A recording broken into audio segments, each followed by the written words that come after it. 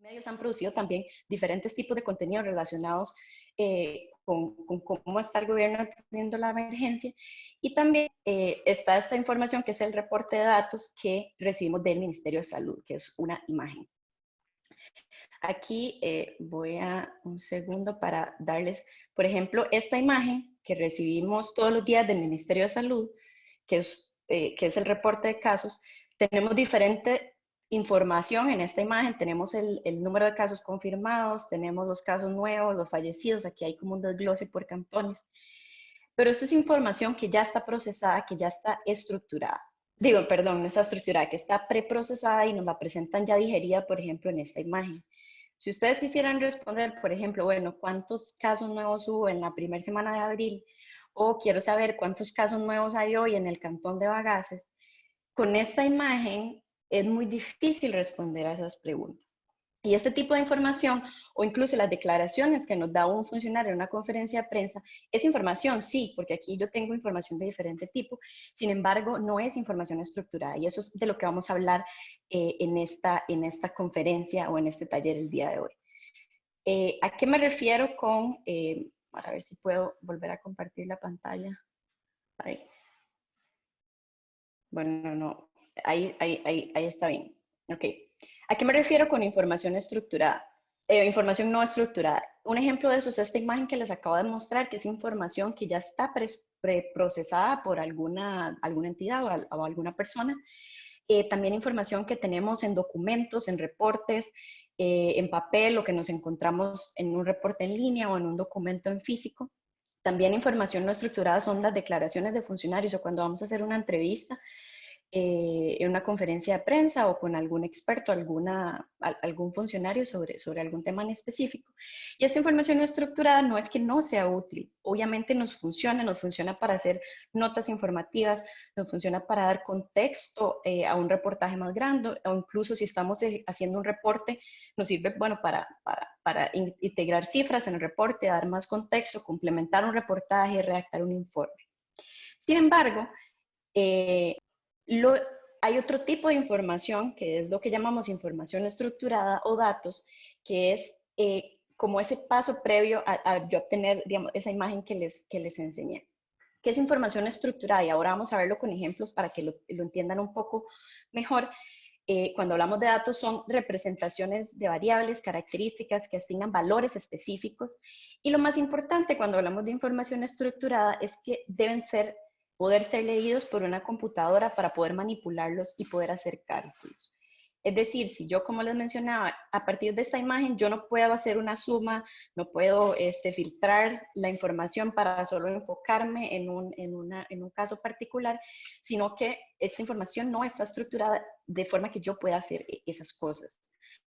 Y además, los datos deberían ser abiertos, y a esto me refiero, con datos que estén libres, que sean gratuitos, que estén publicados y de libre acceso para todos, que puedan ser reutilizados, es decir, que yo pueda descargar esa información, analizarla y crear valor agregado a partir de ellos, y que pueda enlazarlos con otros conjuntos de información.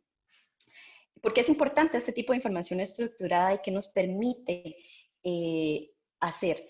Primero, nos permite entender todo el fenómeno y no solamente casos aislados. Si yo, por ejemplo, en este momento les pregunto, y muchos de ustedes son organizaciones y periodistas de diferentes regiones del país, si yo les pregunto que si podemos responder rápidamente, bueno, ¿qué parte del presupuesto municipal se ha destinado para la emergencia? ¿Qué está comprando nuestros gobiernos locales? ¿O qué acciones se están tomando desde el gobierno local para atender la emergencia? ¿Cuántos recursos se han destinado para esto? ¿O todo está centralizado en la caja? O si quiero saber, bueno, en total quiero saber qué tipo de insumos, cuáles son los ítems que ha comprado la caja para atender la emergencia, qué hospitales se han entregado, a qué áreas de salud, cuánto se ha gastado en todo esto. Pues son preguntas que con esta imagen o documentos en físico, pues es muy difícil responder. Y si no tenemos esta información estructurada, lograr estas respuestas puede ser muy complicado. Esta información estructurada entonces nos permite generar valor agregado. Y aquí tengo un sitio de la Universidad de Costa Rica, voy a cargarlo de nuevo. Este sitio de la UCR se construye, esta imagen, como les decía, este reporte de casos está no estructurado.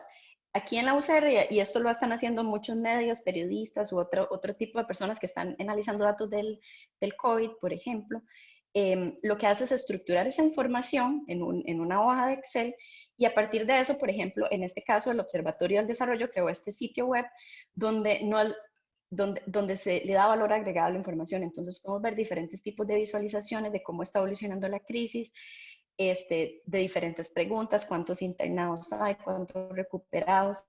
Además, enlazan esta información con otra información pública disponible, como por ejemplo información del INEC sobre la población por cantón o por distrito, para calcular tasas, para ver las dinámicas en los diferentes cantones. Y entonces, este tipo de análisis o este tipo de productos que pueden ser periodísticos o académicos o que pueden ser para una herramienta de inteligencia de negocios para una empresa o para el mismo gobierno, son posibles luego de estructurar información. Si no estructuramos esta información del Ministerio de Salud, entonces no podemos hacer este tipo de productos.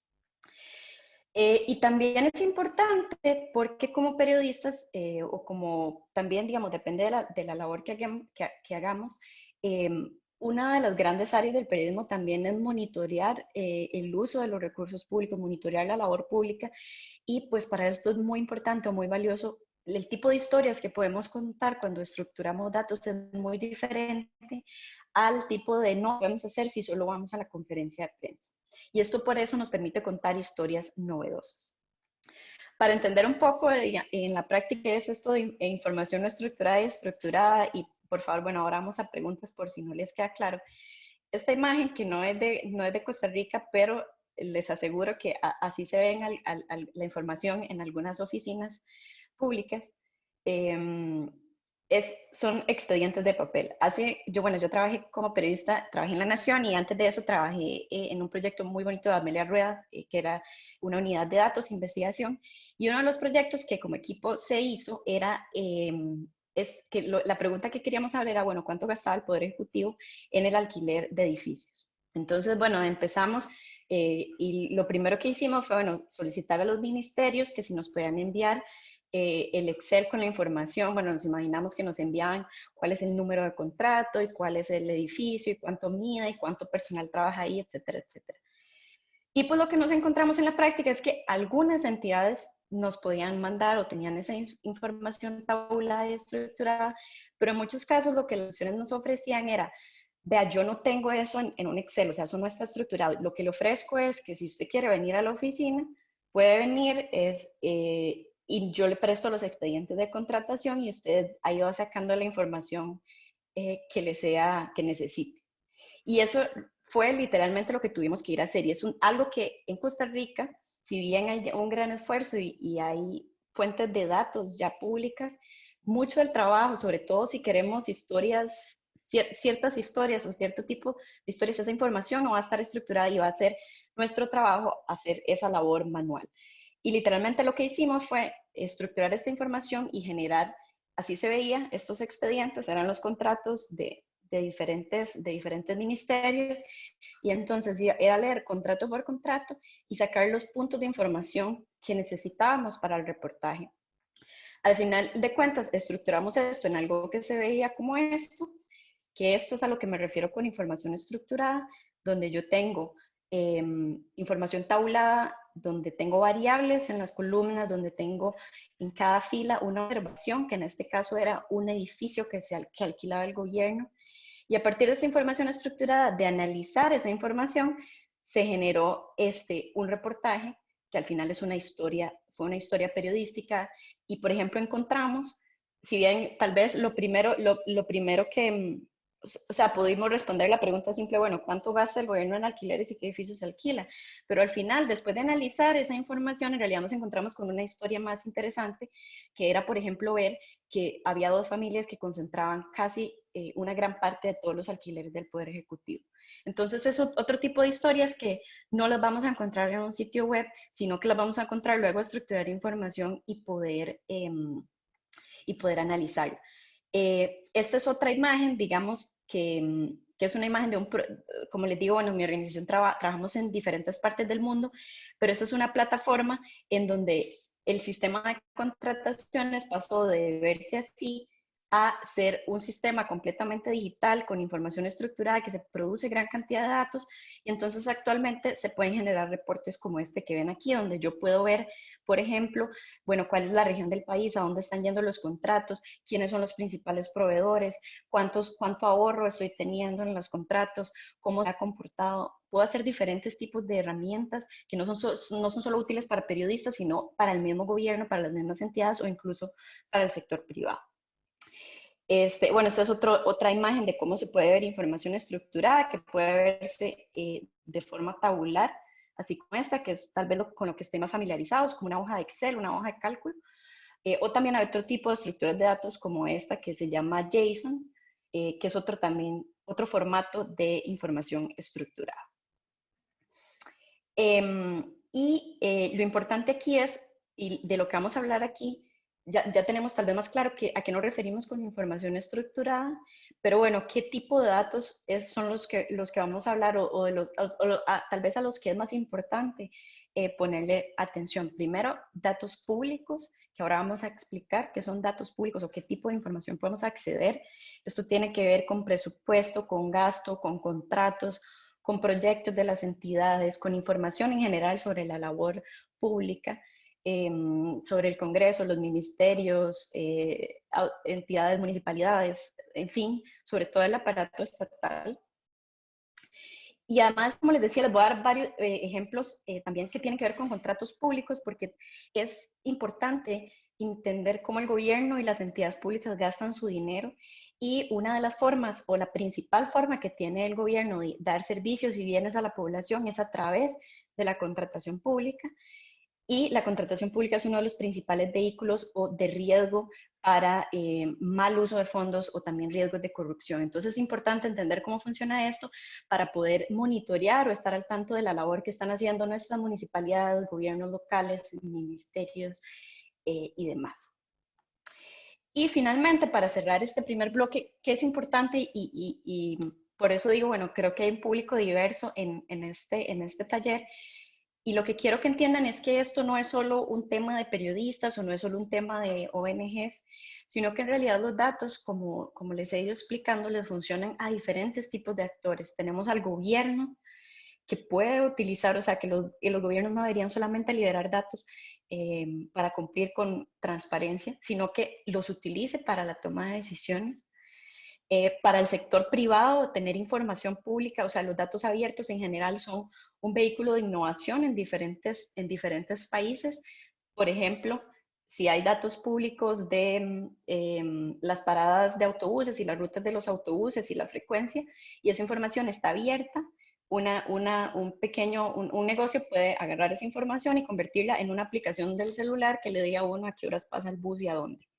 Eso es innovación. Y así hay ejemplos de diferente tipo. También le funciona a la sociedad civil, organizaciones para monitorear, para la rendición de cuentas, para solicitar al gobierno rendición de cuentas, pero también puede servirle a la sociedad civil no solo para esta acción de monitoreo, sino para analizar datos, por ejemplo, para reforzar los argumentos, o sea, si están luchando por causas específicas, analizar sus datos los puede también ayudar a tomar diferentes decisiones de manera más informada. Y obviamente los medios de comunicación, los datos son definitivamente una fuente de información clave, y sacarnos de la cabeza esa idea de que la información solamente, la noticia y el reportaje solamente lo vamos a obtener yendo a la conferencia de prensa y entrevistando al ministro. Les aseguro que los mejores reportajes y las mejores historias no surgen ni de la conferencia de prensa ni de la entrevista con el ministro, sino que surgen de un trabajo más estructurado y que donde los datos o las técnicas de investigación o de análisis toman un papel importante. Entonces, ok, bueno, entonces, ya que entendemos un poco a qué nos referimos con información estructurada, la idea de este bloque es pensar, bueno, ¿a qué información podemos acceder? Y si nos encontramos con los folios de papel y los ampos, entonces, ¿cómo hacemos para estructurarlo? Primero, y es importante entender qué es información pública. Y creo que en los últimos meses como que ha habido discusiones interesantes desde la UPAD hasta, bueno, en las conferencias de prensa que se volvió el tema de, pero ¿por qué no publican datos de las pruebas y demás? Entonces, en realidad hay muchísima, casi que mucha de la información es pública. Este decreto ejecutivo, que ahí, bueno, ahí les puse el enlace y después les puedo compartir la presentación, se las paso con Yanancy, es un decreto ejecutivo de apertura de datos que dicta los lineamientos de cómo se tienen que abrir datos, qué se considera información pública y demás. Pero básicamente los datos públicos, información de interés pública, es básicamente toda aquella que sea generada o resguardada por quien ejerce una función o potestad pública, o sea, todas las entidades públicas, y además que no tenga su acceso restringido por ley. Y ahí las excepciones por ley, en realidad en Costa Rica no son tantas y a nivel internacional básicamente que son similares, que son aquellas que tienen que ver, por ejemplo, datos personales o de la intimidad de las personas. Un ejemplo es si estoy viendo un expediente judicial y ahí en el expediente judicial, aunque sea, por ejemplo, no sé, un caso de algún funcionario público, puede ser que haya información pública, o sea, no sé qué tal funcionario tiene un caso pendiente, pero ya acceder al expediente y ver datos donde puede haber datos de la intimidad de personas y demás, eso no es información pública. Otro tipo de datos, por ejemplo, ahora que estamos en una crisis de salud, los datos de salud no son públicos, o sea, son datos personales. Entonces, por ejemplo, es que se habla mucho de que, o sea, el Ministerio de Salud no va a publicar Camila Salazar tiene COVID y tiene además diabetes y tiene, o sea, ese tipo de condiciones médicas, esos datos no son públicos, pese a que, por ejemplo, sea información médica que la caja, una entidad pública puede tener sobre mí. También sobre esta restricción entra los temas de secreto de Estado, que en Costa Rica en realidad creo que no es tanto. También, bueno, por el tema de que no hay ejército, entonces esto de seguridad nacional y demás tal vez no está tan tangible a la hora de hacer solicitudes, pero básicamente casi que son pocas las restricciones de datos que no son públicos que manejen las entidades. Entonces eso es lo primero. Y después ahora, esta es una guía que en Open Contracting elaboramos, que es sobre los mitos sobre publicación de datos, porque, por ejemplo, en el tema de contratos públicos, como les digo, nosotros trabajamos con gobierno, esto involucra gobierno, sector privado, entonces en muchos países pues hay mucha como que se asustan cuando uno les dice que estos datos tienen que ser públicos y abiertos y disponibles. Pero en realidad entonces elaboramos esta guía como de los principales mitos que hay y cómo podemos, o sea, cómo se destruyen estos mitos o por qué no es cierto. Y pese a que tiene que ver con contratos, en realidad cuando uno los lee, tienen que ver en general con acceso a información pública o muchas de las excusas que a uno como ciudadano le dan cuando solicita información. Entonces, el primero tiene que ver con una pregunta que hicieron anteriormente sobre que no se puede hacer divulgación de información proactivamente si no hay una ley de acceso a la información pública. Y si eso fuera cierto, en Costa Rica pues no tendríamos acceso a nada porque no hay ley de información pública. Y como bien lo sabemos, esto no es cierto porque no necesariamente, o sea, la liberación de información primero es un derecho ciudadano, entonces hay ciertos artículos de la Constitución que garantizan el derecho a la información y demás. Pero también en Costa Rica, por ejemplo, gran parte del trabajo de acceso a la información, de libertad de expresión y demás, ha sido desarrollado a partir de jurisprudencia constitucional. Entonces es un derecho que se garantiza y muchas veces hemos tenido que acudir a la sala constitucional cuando alguna entidad nos niega información y a partir de ese fallo se genera jurisprudencia sobre acceso. Entonces es mentira que necesitamos una ley de acceso a la información o que no se puede divulgar información pública sin esta ley de acceso. Hay un proyecto de ley de acceso a la información, pero bueno, eso todavía está en el Congreso y quién sabe cuándo se pueda aprobar. Pero entonces si les dice, ay, no, es que la ley no me lo permite. O sea, la información es pública y como les dije, lo único que no se puede, que no es público es lo que la ley dice que no es público. Pero la ley no tiene que decir que es público, sino que no es público para restringir ese acceso. Ese es el número uno. Lo dos, que hay cláusulas de confidencialidad, que en este caso prohíben la divulgación de documentos de contratación, pero esto puede aplicar para otro tipo de documentos, no sé, reportes del Estado, expedientes de algún tipo de estudio que se hizo, entonces que hay cláusulas que prohíben la divulgación de documentos. Aquí lo importante es que esas cláusulas tienen que proteger información que sea legítimamente sensible, como les decía, temas de salud, temas que se refieran a la intimidad de la persona, secretos de Estado. o temas que estén prohibidos por leyes. Por ejemplo, aquí creo que la ley de telecomunicaciones o de competencia, cierta información de las telecomunicaciones cuando se abrieron, que no se divulga por temas de competencia. Entonces, solamente esas restricciones por ley son las que prohíben, o digamos, de un documento, eso, por ejemplo, se puede publicar ese documento, o sea, no publicando esa información o eliminando esa información que sea sensible o que viole la intimidad de las personas. Esto tiene que ver con lo mismo, igual que puede haber información que tiene que vuelva a lo mismo, comercialmente confidencialidad, o sea, cláusulas de confidencialidad, información comercialmente confidencial, que en el tema de los contratos públicos, por ejemplo, empresas dicen, no, pero ¿cómo se va a publicar el nombre de la empresa que ganó? No, eso es privado, eso no se puede publicar, pero en realidad se están haciendo negocios con el Estado, es fondo estatal que está yendo a una empresa para proveer un servicio o un bien, y entonces eso no debería ser privado, debería ser público. Lo que hablamos anteriormente, que hay información de seguridad nacional, eso es cierto, si hay temas de seguridad nacional, estos pueden eliminarse, pero eso no significa que todo el documento, o sea, a menos de que sea un solo documento que tenga que ver con temas de seguridad nacional, pero si es una pequeña parte, eso se puede eliminar. Y además hay información a veces que en realidad desconozco en Costa Rica, o sea, nunca me he topado con un caso donde me nieguen una información por seguridad nacional, pero a veces en ciertos contextos, sobre todo en otros países, como que esta excusa, más bien esto de la seguridad nacional se utiliza como excusa para ocultar información, entonces puede ser algo un poco sensible en ciertos contextos.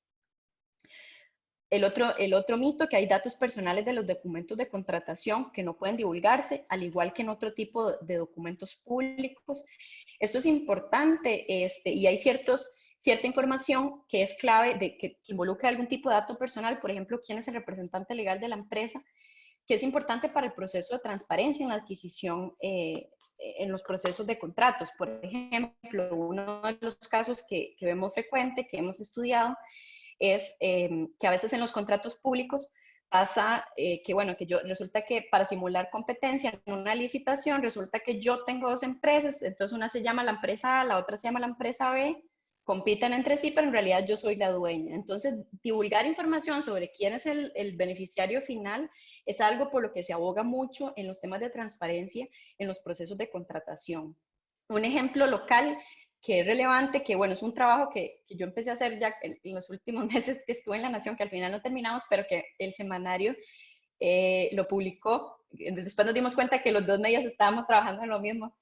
Al final el semanario lo publicó, que era el tema de, por ejemplo, acá en las concesiones de autobuses, hay una ley que en este momento no recuerdo específicamente lo que dice, pero que dice algo así como que si uno es accionista mayoritario de más de 3 empresas, entonces no puede tener tantas líneas de autobuses. Entonces resulta que uno esperaría que si eso es lo que dice la ley y es una condición para que a usted le entreguen una concesión de autobuses, que el CTP tiene esa información estructurada y la solicita, y entonces yo puedo verificar en efecto que Camila no sea, mira, que Camila ya tiene la ruta de Alajuela a San José, que bueno, que le vamos a dar la ruta de la Uruca y que no sea accionista mayoritaria de un montón de empresas. Pero resulta que esa información el CTP como la tenía y se hizo a partir de una solicitud de información de una diputada, de una exdiputada, la tenían básicamente, y esa exdiputada nos pasó la información, eran unos folios en PDF escaneados de los accionistas de las empresas de autobuses. Y entonces fue un trabajo igual de estructurar esa información. Y uno diría, bueno, esos son datos personales. Saber que yo, ¿por qué interesa saber que yo soy accionista de esa empresa? Eso es personal, es confidencial, viola mi secreto personal, pero el interés público de divulgar esa información es mayor porque tiene que ver con un proceso público, tiene que ver con uso de recursos del Estado, entonces es importante por términos de transparencia, de monitorear el uso de los recursos y velar por el cumplimiento de la ley a fin de cuentas de que eso sea público y transparente. Entonces es como manejar esos dos conceptos. Lo mismo tiene que ver con eso, por ejemplo, a veces se dice, no, que si yo divulgo información, entonces eso alienta, disminuye la competencia, sostiene la colusión, es cuando varias empresas se ponen de acuerdo para visitar contratos, y en realidad no es cierto. O sea, por ejemplo, los ejemplos que hemos visto en el campo es que cuando la información es más transparente, más bien esto abre oportunidades para la participación de nuevos sectores, le sirve al gobierno para identificar, bueno, cómo está la competencia en diferentes áreas. Entonces, en realidad este mito no, en la práctica no se cumple mucho. Esto, bueno, ya lo expliqué, lo que tiene que ver con competencia, que se relaciona con lo anterior. Y este es otro mito, bueno, que lo que hablábamos tal vez ahora en la última pregunta que hizo Katia, de, bueno, que revelar la información cuesta demasiado dinero y conduce a costosas reclamaciones. O sea, que básicamente es un proceso que no vale la pena porque cuesta mucho tiempo, dinero y recursos, y al final para que nadie use los datos. Lo que yo diría es que, bueno, sí es cierto que los procesos de contratación, como les digo, los datos no se generan automáticamente, sino que tiene que haber un proceso de transparencia donde haya recurso humano, a veces hay alguna inversión de dinero en cuanto a de recurso técnico tal vez, o de equipos y demás. Al final el beneficio y lo que se ha visto a nivel mundial en cuanto a cómo la apertura de información, los beneficios a largo plazo son muchísimo mayores que lo que puede costar dedicar por 4 meses a 2 funcionarios tiempo completo a generar un portal de datos abiertos y además inyectar un poco de dinero para el desarrollo del portal. O sea, los beneficios a largo plazo son mayores porque involucran no solo mejorar procesos de eficiencia a lo interno de las instituciones, sino también fomentar que la ciudadanía utilice esa información para generar valor agregado y a fin de cuentas mejorar todo el ciclo. Entonces, esto de que es muy costoso en realidad es una excusa que no se está pensando en el largo o mediano plazo. Esto es un mito que revelar la información no expone o disminuye la corrupción. Y ahora aquí un punto importante, no es que en el momento en que el hecho de que el Excel esté ahí en línea, bueno, ya descubrimos el caso de corrupción y entonces encontramos las irregularidades.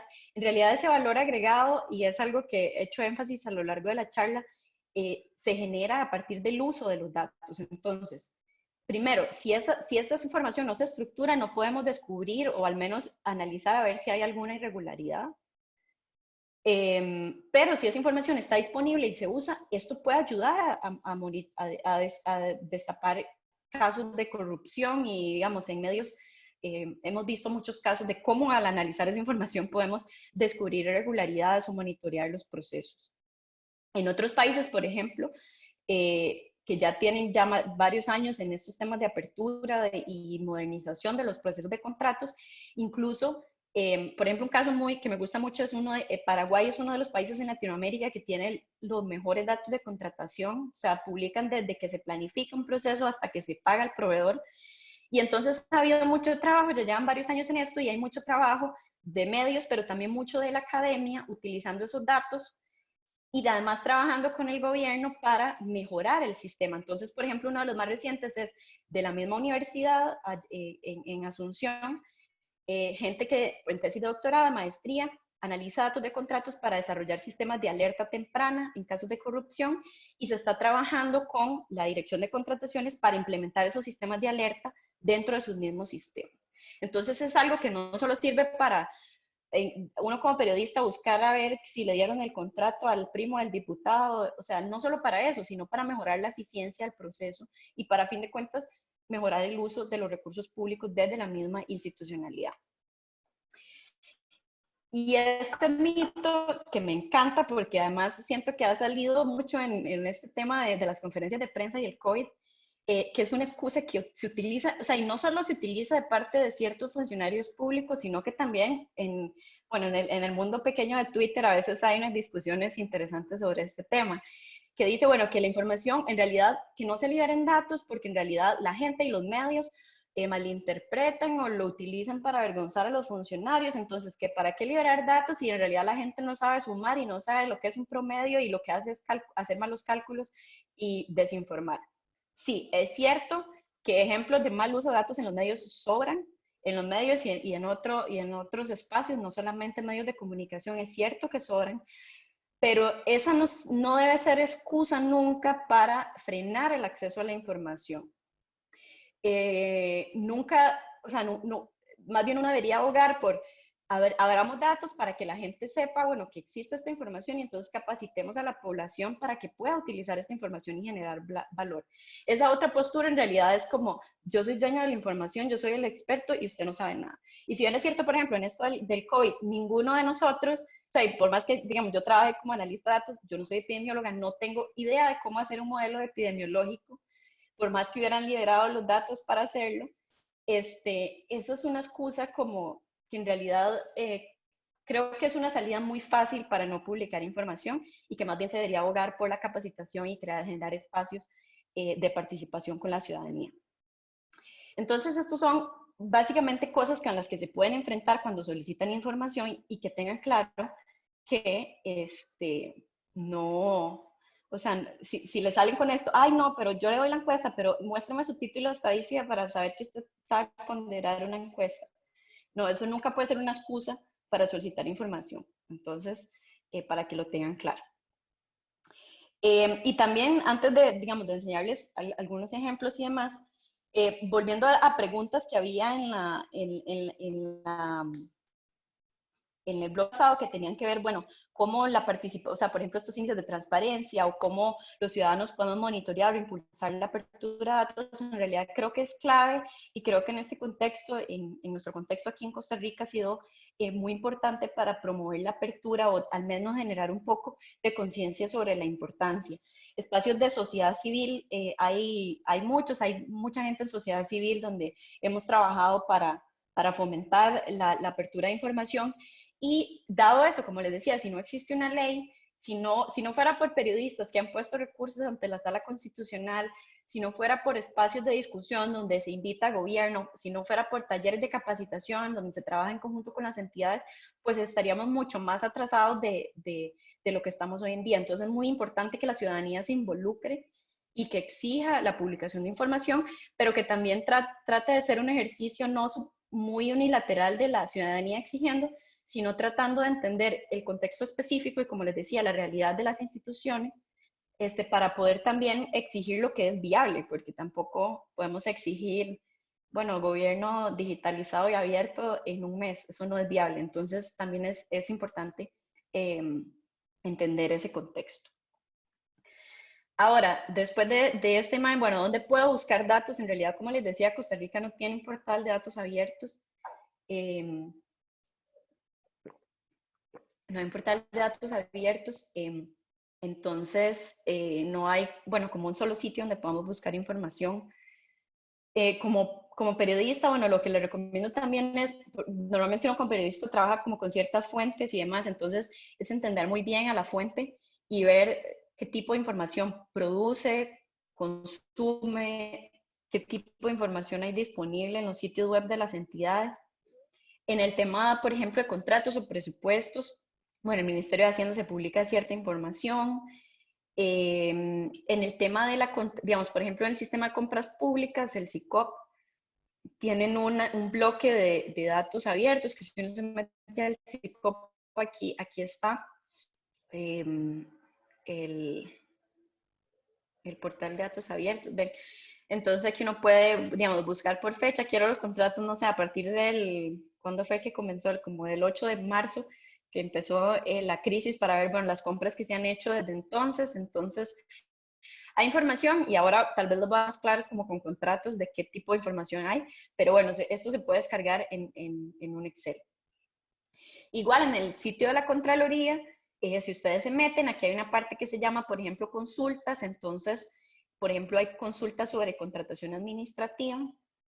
La búsqueda no es como tan, pero es un poco como explorar. Además, bueno, si no recuerdo, yo hace como 3 años ya no trabajo como periodista, pero me recuerdo, o sea, la gente de prensa de la Contraloría es súper amable, o al menos la que no sé si estará la misma gente, pero si tienen alguna consulta, pues consulten con las entidades.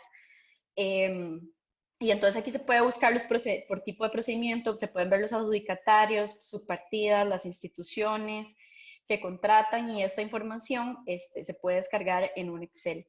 Entonces, digamos, por ejemplo, aquí este proveedor en específico, ahí, se puede ver bueno, que tiene contratos con estas dos entidades, entonces uno puede ver y bajar. En este caso tiene solo dos.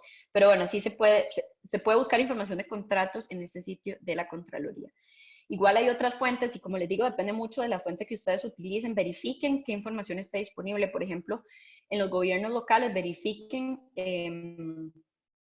si en el sitio web se publica algo de datos abiertos. Y si no, hay que hacer esta parte que son las solicitudes directas de información.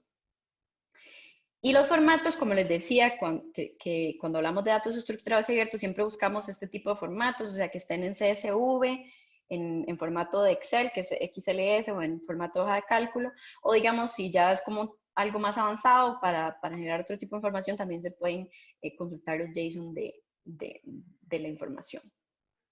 Ahora, ¿cómo hago una solicitud de información? Y en realidad no es tan complicado. Lo primero, y creo que ahí es donde las solicitudes de información fallan, es que tenemos que tener claridad sobre qué información se necesita. ¿Cuáles son las instituciones que pueden tener esa información?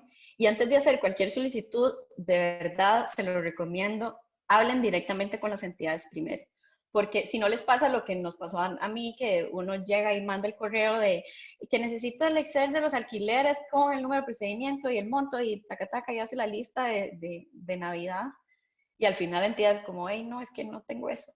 Entonces, siempre sirve mucho hacer una llamada, agarrar el teléfono y llamar a las entidades y consultar, bueno, qué tienen. Y a veces incluso tal vez no solo con la gente de prensa, sino con la gente que directamente maneja la información como para entender. Ellos no van a manejar las solicitudes, pero como para entender un poco, digamos, no sé, que estoy interesada en información de, no sé, incapacidades de la caja.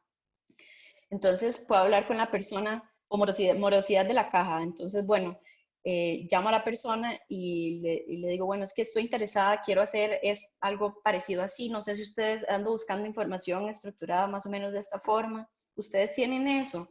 No, bueno, ¿qué información tienen? Y a veces en esa conversación uno nos ayuda a clarificar qué tipo de información podemos o no solicitar, dependiendo de lo que esté disponible, y a veces incluso surge nueva información que no habíamos pensado y uno dice, ¿cómo? ¿Tienen esa base de datos? Maravilloso. Y entonces ya después de eso hago la solicitud. La solicitud la pueden hacer por correo electrónico, bueno, y especialmente en este contexto, nadie los va a hacer ir a la entidad personalmente, entonces de eso no hay excusa. La pueden hacer por correo electrónico.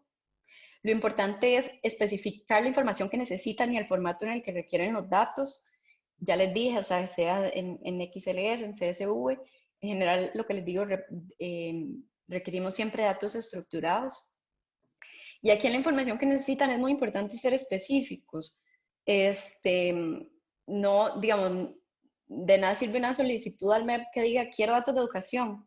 No, estoy interesada en datos sobre los proyectos de infraestructura educativa en Limón y entonces me interesa tener estas variables, el número que venga desagregado por proyecto y el número de proyecto y el monto y demás, o sea, hacer lo más específico posible. Porque si no, les van a terminar mandando una imagen en JPG y al final no les mandan el Excel.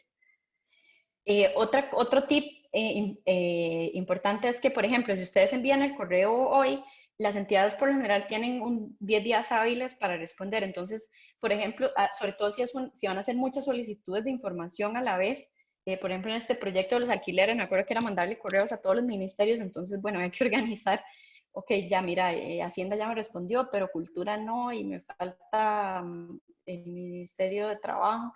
Entonces, un registro de cuándo se hizo la solicitud, si fue respondida y demás. Y como les decía, más o menos 10 días hábiles para contestar. Tampoco esperen que la información se las manden, a menos de que sea algo urgente y fácil, o sea, probablemente no se las van a mandar el mismo día. Nancy, vamos a dar tal vez algunos ejemplos, ya hablamos un poco de qué son datos, acceso. Ahora vamos a dar ejemplos en específico, si a los que les interesa analizar datos de contratos y además otros ejemplos de otros temas que tienen que ver con el uso de datos para contar historias o para proyectos específicos.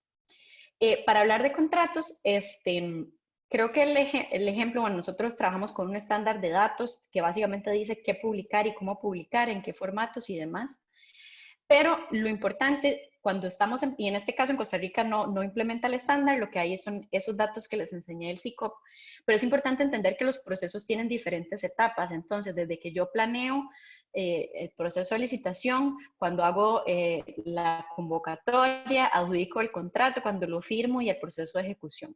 Por ejemplo, en un contexto actual como la emergencia, se permite mucho que se hagan muchos contratos directos, entonces que, por ejemplo, se brinquen la licitación, son contrataciones directas y que están justificadas por la emergencia. Entonces, vamos a tener mucha información, tal vez no en todas estas etapas, pero en la adjudicación o el contrato o la ejecución.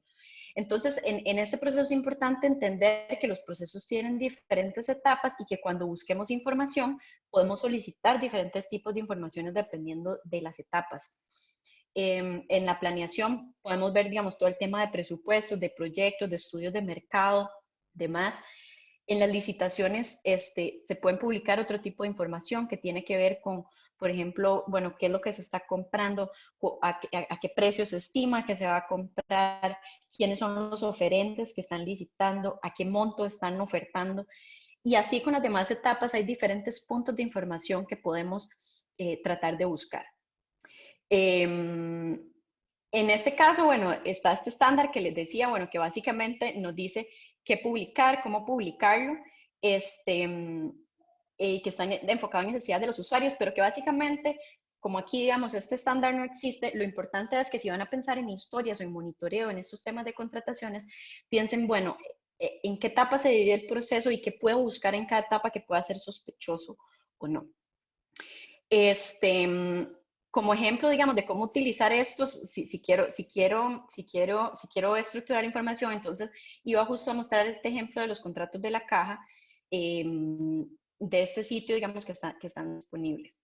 Como les decía, este sitio de acá, que es un sitio de transparencia, aquí podemos encontrar todos los contratos que ha hecho la caja relacionados con la emergencia del COVID. Ahora mucho, digamos, a nivel global, y yo que trabajo con diferentes países, hay mucho interés por los gobiernos y por la ciudadanía por conocer, bueno, qué es lo que está comprando el gobierno, a quiénes está contratando, estamos pagando muy caro por las mascarillas o solamente hay un proveedor que está concentrando todos los insumos. Entonces, es importante, bueno, conocer cómo el gobierno está comprando. Por ejemplo, a nivel local, cómo se está atendiendo la emergencia o cómo se están distribuyendo las ayudas. Todo eso es información relevante. Entonces, si en nuestro caso, digamos, y aquí es un ejemplo de contratos, pero piénsenlo que puede aplicar a diferentes tipos de temas, lo importante es esto, primero definir esa pregunta de investigación, qué es lo que a mí me interesa investigar o contar. O sea, entonces, por ejemplo, si nuestro interés es, o sea, yo quiero saber qué es lo que ha comprado la caja, a qué proveedores, a qué precio, cuánto ha gastado y demás. Entonces, digamos que esa es nuestra pregunta de investigación. Buscamos dónde está la información, que en este caso está en esta página, pero lo que nos encontramos es esto, con estos PDF de los contratos, que eso nos va a pasar con mucha información de diferente tipo que solicitemos. Entonces, en este caso, por ejemplo, digamos que a mí me interesa ver la licitación, el paso de la licitación, bueno, qué es lo que está comprando la caja, bueno, cuál es el número de procedimiento, la descripción de lo que está comprando, cuál es el monto de las ofertas y al final, bueno, quién ganó, cuál es el monto y qué fue lo que compraron, por simplificarlo. Entonces, es identificar, bueno, yo sé dónde está la información, pero entonces un segundo paso es definir esos campos de datos que yo necesito. Y como les digo, esto aplica en este caso en nuestro ejemplo de contratos, pero aplica para otro tipo de información, sea, no sé, incapacidades, ayudas sociales, votación de los diputados en el Congreso, infinidad de temas que se pueden estructurar. Cuando queremos estructurar información, lo importante es identificar esos campos de datos que voy a extraer de esos documentos. Entonces aquí, por ejemplo, si vemos en el documento, en esta etapa específica podemos encontrar diferentes campos de datos. O sea, entonces uno de los campos era el número del procedimiento, que era este, y el otro era la descripción, que aquí dice, bueno, adquisición de ventiladores pulmonares para uso hospitalario y demás. Después me interesa el monto de las licitaciones y las ofertas, entonces aquí tengo cuáles fueron los proveedores, cuáles eran los precios por los que estaba ofertando, cuál era el plazo de entrega, que ese puede ser otro campo de datos que me interese recolectar. Y entonces así con las diferentes etapas o los diferentes campos que me interesan, Y entonces captura esa información y la estructura. Ahora, ¿cómo o qué le recomiendo como para cuando tenemos este proceso de pasar de documentos a información estructurada? Lo pueden hacer en una hoja de Excel y entonces van digitando, pero también algo que me parece útil, porque a veces, pues sobre todo si hay varias personas trabajando en la misma hoja de cálculo, hay en Google hay una cosa que se llama Google Forms, que son como los formularios de las encuestas. Entonces, ustedes pueden poner en el formulario como los diferentes campos de datos y entonces van llenando los campos y eso automáticamente les genera la información en una hoja de cálculo. Entonces, por ejemplo, si están en o sea, no sé, un reportaje y tres personas se van a encargar de diferentes contratos, entonces yo me encargo de 10 contratos, la otra persona de otros 10 y así. Entonces podemos dividirnos el trabajo, hacerlo de forma más limpia, porque no vamos a estar las mismas personas trabajando en el mismo Excel y que se puede confundir y demás. Entonces, esta puede ser una buena técnica como para estructurar información que del papel eh, a digitalizarla y en un formato estructurado a fin de cuentas. Lo importante es que definamos bien cuáles son esos campos de datos, o sea, como definir esa estructura de qué es lo que quiero recopilar. Y bueno, una vez que ya tengo esa información, que la recopilo, este, es una cuestión de analizar la información y contar la historia. En este espacio, bueno, pues no podemos entrar en detalle de técnicas de análisis y eso, como les digo, bueno, es un proceso largo, pero bueno, en otros espacios podemos, o igual aquí les comparto algunos recursos, por ejemplo, para analizar datos en hojas de cálculo. Aquí hay otro tutorial que ha escrito hace unos años sobre limpieza de datos, que también les puede ser útil si están comenzando, pero en línea hay muchísimos otros recursos si están comenzando con análisis de datos. Y como les decía, lo primero es empezar a trabajar con hojas de cálculo. Como les decía, una de las preguntas que hacían anteriormente es, bueno, ¿qué herramientas? Ya les dije, bueno, les recomendaba bueno, si están empezando, empezar con hojas de cálculo, pero ahí, si ya están un poquito más avanzados, les recomiendo trabajar con programas como R o con lenguajes de programación como Python, porque son mucho más flexibles, documentan mejor el proceso, nos facilitan un montón de tareas. Entonces, tal vez la curva de aprendizaje es un poquito más lenta, pero a fin de cuentas nos va a mejorar la eficiencia del trabajo muchísimo y nos va a permitir generar otro tipo de análisis. Y en cuanto a visualización, en realidad hay muchas herramientas en estos mismos programas, en R o en Python, se pueden generar bastantes, o sea, diferentes visualizaciones. Pero también, digamos, una que se utiliza mucho es Tableau, que creo que tiene bastantes funcionalidades, se puede customizar bastante, entonces se pueden generar reportes o dashboards a partir de esto. Ahora, por ejemplo, Google tiene una función que se llama Google Data Studio, que también permite generar dashboards interactivos. Entonces, es una herramienta útil también que pueden consultar.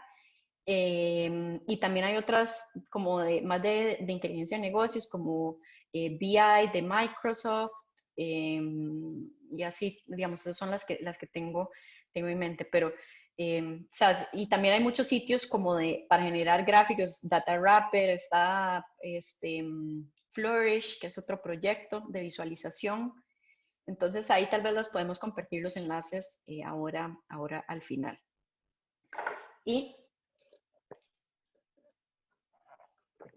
para enseñarles un poco de ejemplos de para qué se pueden usar los datos, entonces, digamos, escogí de ejemplos de medios, de organizaciones y demás.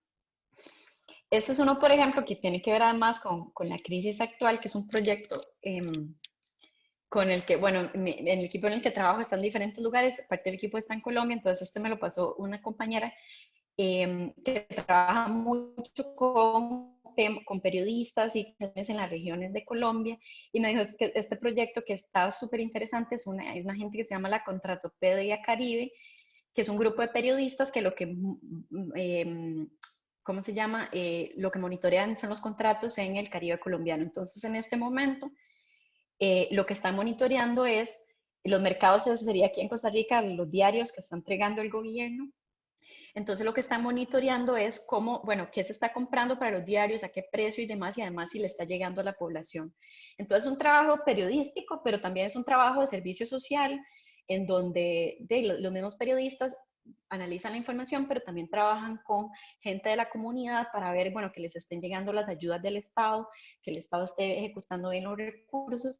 Entonces es algo que, por ejemplo, a nivel comunitario aquí, sería interesante ver, no, o sea, no sé, por ejemplo, si las municipalidades en ciertas regiones o los comités de emergencia, cómo están atendiendo, digamos, este tipo de situaciones que tienen que ver con la emergencia. Otros temas que han pasado, digamos, en la pandemia es que hay muchos trabajos periodísticos que lo que más bien están tratando es de detectar las irregularidades en los gastos del Estado. Entonces, estos son dos ejemplos de medios. Uno es en Guatemala, que lo que analizaron, este es un medio que se llama Ojo con mi pisto, en Guatemala, que lo que hizo fue analizar cuánto estaban pagando las municipalidades por los insumos contra la pandemia. Entonces analizaron los contratos, cuánto gastan en diferentes productos, se compara entre municipios y entonces incluso se detectaron algunas irregularidades. Porque si bien es cierto y algo importante, por ejemplo, si les interesa este tema de gasto público y de precios y demás, en este contexto realmente es un contexto único. Entonces, a veces, o sea, obviamente puede haber, digamos, las cadenas de suministro han cambiado, en realidad es una emergencia, entonces, obviamente los precios pueden ser más altos que en otros momentos del pasado, pero sí es importante, digamos, no significa que entonces, bueno, vamos a aceptar cualquier sobreprecio, sino poder analizar y ver si hay alguna irregularidad de alguna forma.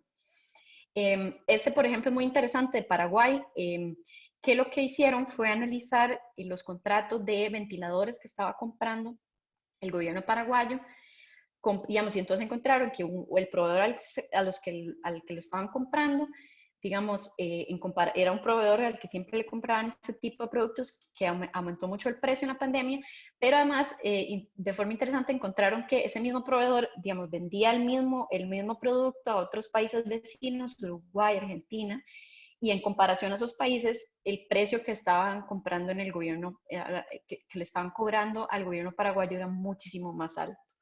Entonces era un poco reflejar esa desventaja a nivel, digamos, a nivel de país que tenían, si eras, en efecto, si se estaban pagando mucho por un insumo o por un producto y cómo se comparaba con otras regiones.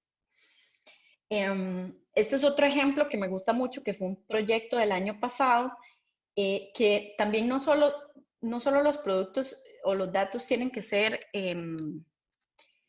la historia por sí misma, sino que al analizar información estructurada podemos contar otro tipo de historias y no tenemos que contarla con 100 gráficos y con el mapa de calor ni nada. Esta es una historia de la BBC en el que se colaboró, digamos, en análisis de datos y lo que querían investigar era, en Reino Unido hay casas, digamos que aquí creo que Pani tiene como casas de albergue de jóvenes en situación de vulnerabilidad, o sea, jóvenes con problemas de abuso en la casa y demás, entonces que el Estado les busca casas y albergues para que pasen un tiempo mientras consiguen, digamos, otro tipo de albergue. Y entonces se analizaron los contratos que tenía el Estado